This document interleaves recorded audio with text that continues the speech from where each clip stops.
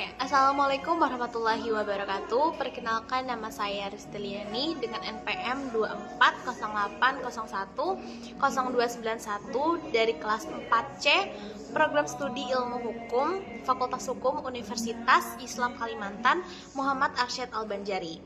Pada kesempatan kali ini saya ingin memaparkan hasil kajian materi yang berjudul Krisis Ontologi Keadilan dalam Hukum Positif Indonesia, Perspektif Normatif terhadap Perlindungan Hak Asasi Manusia.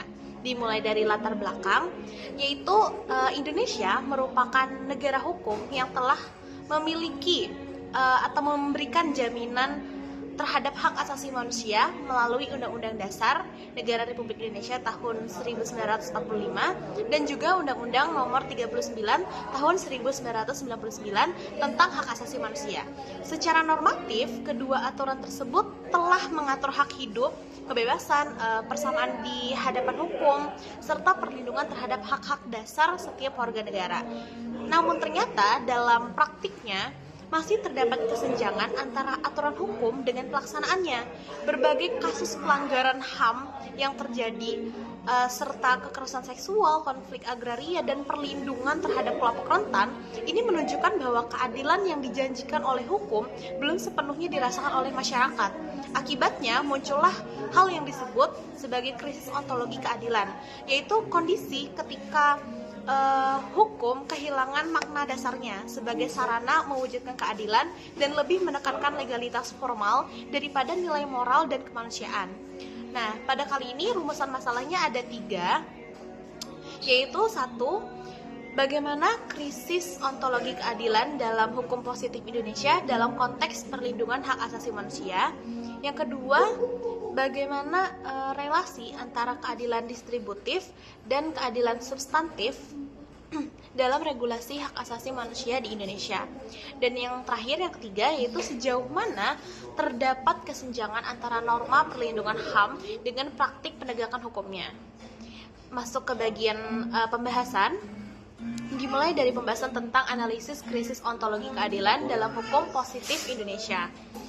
Nah, pada kajian materi ini menunjukkan bahwa hukum positif Indonesia itu mengalami krisis ontologi keadilan karena keadilan itu sekarang lebih dipahami sebagai legalitas formal daripada sebagai nilai moral yang harus diwujudkan.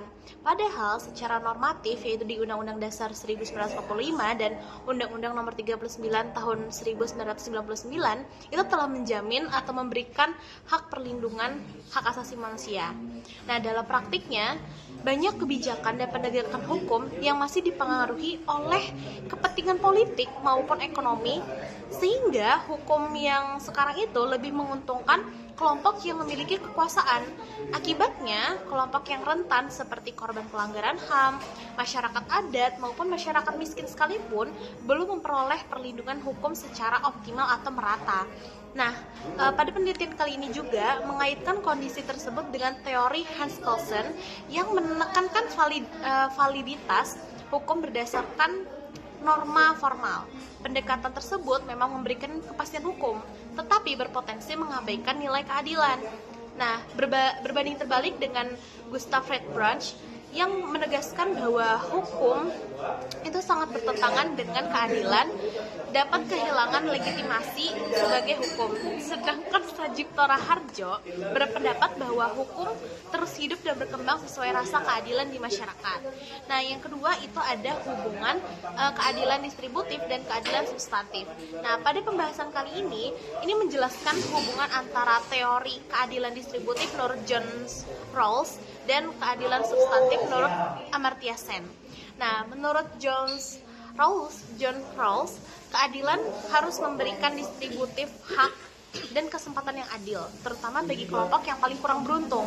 Sementara menurut Amartya Sen berpendapat bahwa keadilan itu tidak cukup hanya diukur dari adanya aturan atau pembagian hak, tetapi juga harus dilihat dari kemampuan nyata masyarakat dalam menikmati hak tersebut. Sebagai konteksnya di Indonesia, kedua teori tersebut saling melengkapi sebenarnya. Negara tidak hanya berkewajiban membuat aturan yang menjamin hak asasi manusia, tetapi juga memastikan bahwa masyarakat itu benar-benar memperoleh akses terhadap keadilan, bantuan hukum, perlindungan hukum, rehabilitas, dan pemulihan hak-haknya. Dengan demikian, keadilan tidak berhenti pada aspek formal, tetapi juga diwujudkan secara substantif. Nah, lalu yang ketiga itu ada analisis regulasi HAM di Indonesia. Nah, secara normatif, Indonesia itu telah memiliki dasar yang kuat nih, seperti Undang-Undang Dasar tadi, Negara Republik Indonesia tahun 1945. Lalu ada Undang-Undang Nomor 39 tahun 1999 tentang hak asasi manusia, dan Undang-Undang Nomor 26 tahun 2000 tentang pengadilan HAM. Nah, meskipun ada undang-undang ini, penelitian menemukan bahwa implementasi regulasi tersebut masih menghadapi berbagai macam hambatan. Beberapa kebijakan di bidang agraria, kehutanan, maupun investasi sekalipun terkadang bertentangan dengan prinsip perlindungan HAM, sehingga kepentingan masyarakat, khususnya masyarakat adat dan kelompok rentan lainnya itu belum sepenuhnya dapat dilindungi. Nah, kondisi tersebut menunjukkan bahwa persoalan utama itu bukan terletak pada kurangnya regulasi, melainkan pada lemahnya implementasi serta belum adanya sinkronisasi antara berbagai peraturan yang berlaku. Nah, pembahasan yang terakhir yaitu tentang kesenjangan antara norma dan praktik. Nah, kesenjangan antara norma hukum dan praktik dilihat dari banyaknya kasus pelanggaran HAM berat yang terjadi pada tahun 1965 sampai 1966, seperti peristiwa Trisakti, Semanggi Talangsari, maupun berbagai kasus lainnya yang belum sepenuhnya memberikan keadilan kepada para korban. Nah, selain itu pula, penelitian juga mengangkat kasus Baik Nuril sebagai contoh bahwa korban justru dapat diposisikan sebagai pelanggar hukum. Hal ini menunjukkan bahwa penegakan hukum masih berorientasi pada prosedur formal dan belum sepenuhnya memperhatikan rasa keadilan. Akibatnya, kepercayaan masyarakat terhadap sistem hukum sangat menurun karena hukum itu dianggap sulit diakses dan prosesnya itu panjang dan belum mampu memberikan perlindungan yang adil kepada seluruh warga negaranya. Nah, selanjutnya kita mulai masuki ke bagian kesimpulan. Di kali ini pembahasan untuk kesimpulan itu terbagi menjadi 3 aspek. Yang pertama itu ada aspek ontologis, yaitu hakikat hukum adalah mewujudkan keadilan dan melindungi martabat manusia. Namun pada hasil penelitian yang menunjukkan bahwa hukum positif Indonesia itu masih mengalami krisis ontologi karena lebih menekankan legalitas formal dibandingkan nilai keadilan yang menjadi tujuan utama hukum tersebut. Lalu yang kedua ada aspek epistemologis. Pemahaman mengenai krisis tersebut itu diperoleh melalui penelitian normatif dengan pendekatan perundang-undangan, konseptual, dan studi kasus. Analisis terhadap berbagai teori dan peraturan menunjukkan adanya kesenjangan antara norma hukum dengan praktik penegakannya, sehingga perlindungan HAM belum terlaksana secara optimal.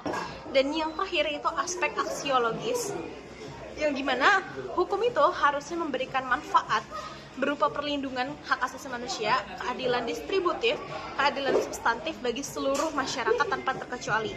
Oleh karena itu diperlukan rekonstruksi sistem hukum yang lebih berorientasi pada nilai kemanusiaan, agar hukum itu tidak hanya memberikan kepastian hukum, tetapi juga mampu menghadirkan keadilan yang nyata yang benar-benar dapat dirasakan oleh berbagai kelompok, baik kelompok kalangan atas sampai hingga ke kalangan yang rentan. Sekian dari saya, terima kasih. Wassalamualaikum warahmatullahi wabarakatuh.